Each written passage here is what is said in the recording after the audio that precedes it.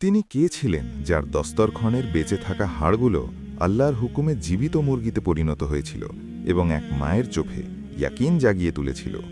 সুলতানুল আউলিয়া হজরত গাউসে পাক রহমতুল্লাহ আলাইহির দরবারে এক মহিলা তার ছোট সন্তানকে নিয়ে হাজির হলেন।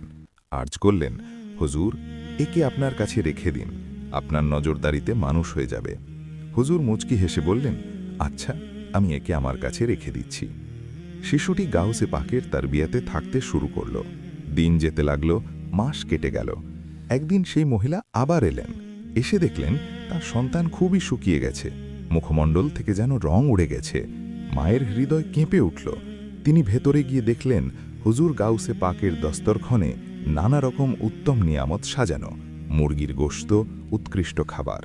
আর এক কোণে তার ছেলে শুকনো রুটি পানিতে ভিজিয়ে খাচ্ছে।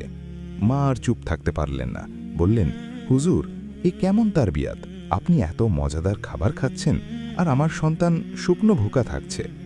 গাউসে পাক কোনো উত্তর দিলেন না। কিছুক্ষণ পর যখন খাবার শেষ হলো, তিনি দস্তরখানের সব হাড় একত্র করলেন, আকাশের দিকে দৃষ্টি তুলে বললেন, কুম বিজিল্লা।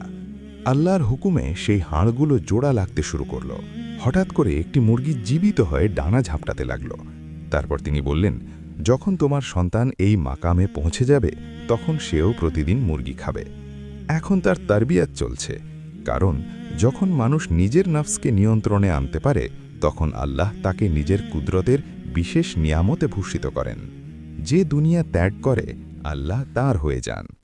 আপনারও যদি মনে হয় যে সবর ও ইয়াকিনই আসল কারামাত, তাহলে কমেন্টে লিখুন সুবহানাল্লাহ।